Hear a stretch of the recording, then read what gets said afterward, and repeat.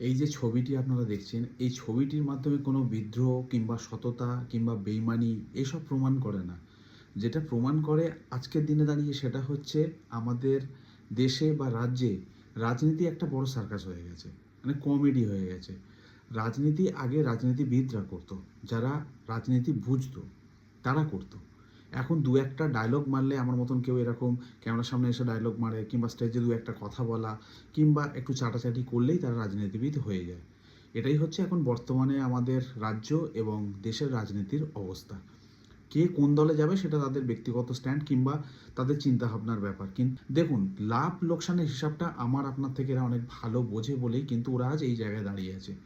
তো আমি আপনি অতটা ভালো বুঝি না যেটা এনারা বোঝেন। তো সেটা তাদের ব্যক্তিগত ব্যাপার, কিন্তু তারপরেও একটা কথা থেকে যায়। আমি তৃণমূলের সাপোর্ট করছি না, কিন্তু দেখতে হলে এরা কিন্তু আজ যে জায়গায় গেছে তৃণমূলের জন্যেই। ঠিক আছে, মমতা বন্দ্যোপাধ্যায়ের জন্যেই। এবার তৃণমূল দলটা যখন পড়ে গেল, এদের উচিত কী ছিল? লড়াই করা, দলটাকে তোলা, ভুলগুলো বিশ্লেষণ করা। সেটা না করে পিঠ বাঁচাবার জন্যে বা যে কোনো কারণে নিজেদের মতন করে সবাই সরে পড়ছে। এটাই হচ্ছে আজকের রিয়ালিটি, এটাই হচ্ছে আজকের আমাদের রাজ্য রাজনীতি। আবারও বলছি, সেটা সম্পূর্ণ তাদের ব্যাপার, কিন্তু তার সঙ্গেও এই প্রশ্নটা থেকে যায়, যে দলটা তাদেরকে তৈরি করলো সেই দলটা পড়ে গেল যখন, তাদের পাশেই থাকলো না, এখন যে দলে তারা যাচ্ছে বা যেখানে তাদেরকে দেখা যাচ্ছে সেই দলের খারাপ সময়ে পাশে থাকবে তো? এটাই হচ্ছে সবথেকে বড় প্রশ্ন। বাকিটা সময় উত্তর দেবে। কিন্তু যা দেখছি, দেখে আমি এটুকু বলতে পারি যে এখন আমাদের রাজ্য রাজনীতি একটা সার্কাসে পরিণত হয়েছে, তার বাইরে আর কিচ্ছু না।